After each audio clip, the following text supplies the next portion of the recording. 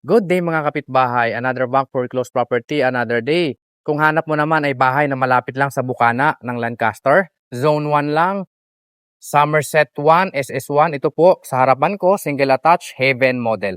So nandyan lang po ang entrance ng Lancaster, so malapit lang ito sa may Shopwise, sa McDonald, Jollibee, mga business establishment ng Lancaster, no? Perfect sa inyo yung property na to kasi may renovation na to, hilamos na lang, pintura, repaint, linis ng mga tiles, no? 3 bedroom, 2 toilet and bath, 1 car garage. Yan, kung makikita nyo po, na-renovate na yung bahay na ito ng dating may-ari. So, ang lot area natin dito, 85 square meter, floor area, 142 square meter. Okay? So, ang property line natin ay magsisimula po yan dyan. Ayan, may gate and fence ka na. Hanggang dito po, yung 85 square meter. Kung makikita nyo po siya, safe na yung bahay mo kasi mayroon na siyang fence and gate, no? So, dito muna tayo ang una, no? Meron itong car garage, yan, pahaba. Ito yung magiging lanay nyo. Maganda ito kasi may tiles na siya, may renovate na. Minor na lang yung gagawin nyo dito, no? Ang starting bid price natin dito sa Monday, 4.7 million pesos lang. Maayos na yung bahay, no? Panalo kayo dito. Maganda to, ang ganda ng location nito. Sulit ito. Hindi lang basta bahay bibilin mo dito, pati yung location.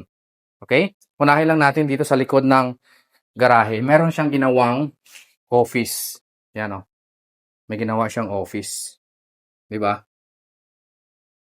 Ayos yung ginawa nung dating may-ari dito eh.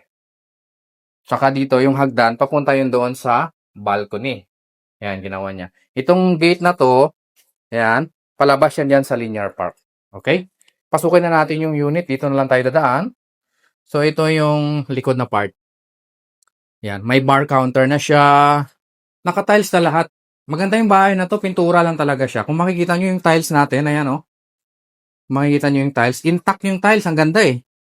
Malapad siya siguro mga 90 by 180 itong tiles na to, malapad. Maganda. Ayan oh, malaki. 'Di ba? So perfect sa inyo to. 4.7 million pesos lang. Wala ka nang ipapagawa masyado kundi mag-repaint ka na lang, maglagay ka ng mga ilaw kasi may renovation na yung bahay. Okay? Ayan oh, ito yung kwarto dito sa baba. Inayos lang niya. Ayan oh, ginawang living area, 'di ba? Ang ganda ng bahay na to. Malaki. So ito naman yung kusina. Ayan. Maayos na. Konting retouch na lang yung cabinet, lagyan mo ng mga pintuan, ipagawa mo. Maganda yung bahay na to. Perfect to, sulit ito. Sa 4.7 ah. Ang presyo nito kung akong tatanungin, nasa 8 million na. Wala pa yung renovation. Okay? Toilet and bath dito sa baba, medyo madilim lang kasi walang ilaw. Yan, ma-appreciate nyo po yan kapag nag-viewing tayo dito. Okay? Akyatin na natin yung second floor. So yung hagdanan natin, solid yan. Diba? Hindi basta-basta nabubulok. Kaya no?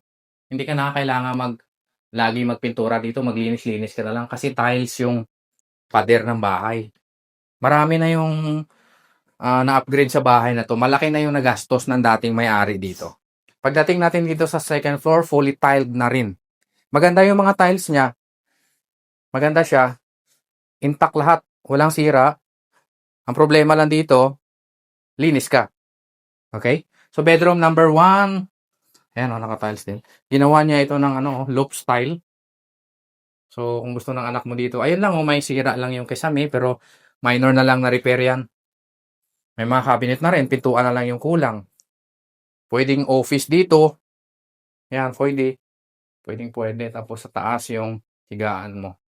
Ito naman yung toilet and bath sa taas. Yan, ayos na lahat. Kunti lang talaga ipapagawa mo dito, hilamos lang. Bedroom number 2. Ito naman, ginawa ding loft style, no? Diyan yung kwarto or diyan yung higaan sa taas. Dito sa baba, pwedeng gawing study table or office kung nag-office kayo. May CR dito. Toilet lang siya, walang shower. Okay? Ito yung pinaka-master's bedroom. Ayan, malaki yung master's. May mga cabinet na. Ayan, may mga cabinet na. Pintuan na lang yung kailangan mong ilagay. At saka yung pintura na hilamusan mo na lang. Okay? Diba? Ang ganda. So, may exit tayo dito papunta sa balcony mo. Yan, naka-fully tiled na rin. Fully tiled yan. Maganda. Linis lang to. Panalo kayo dito. Pwede nyo rin gawing kwarto ito eh. Pwede nyo pang gawing kwarto. O di kaya gawin nyo siyang guest room or function hall kapag may bisita kayo, may party. Pwede kayo dito malaki. Mga kamag-anak nyo. Meron siyang lababo dito oh. Yan. May lababo. Maayos na rin. Linis lang to. Linis lang, tsaka repair. Kunting repair lang. Okay? Kung gusto nyo mag-inquire sa property na to, SS1 lang po ito. Pagpasok sa gate ng Lancaster, yung pinaka-main gate ng Zone 1, kakanan lang kayo, nandito lang yung SS1. Ang starting bid price natin dito, 4.7 million pesos lang. Sa Monday po ito. Para matulungan ko kayo, kontakin nyo lang po ako. Nasa screen ko lang ang number, okay?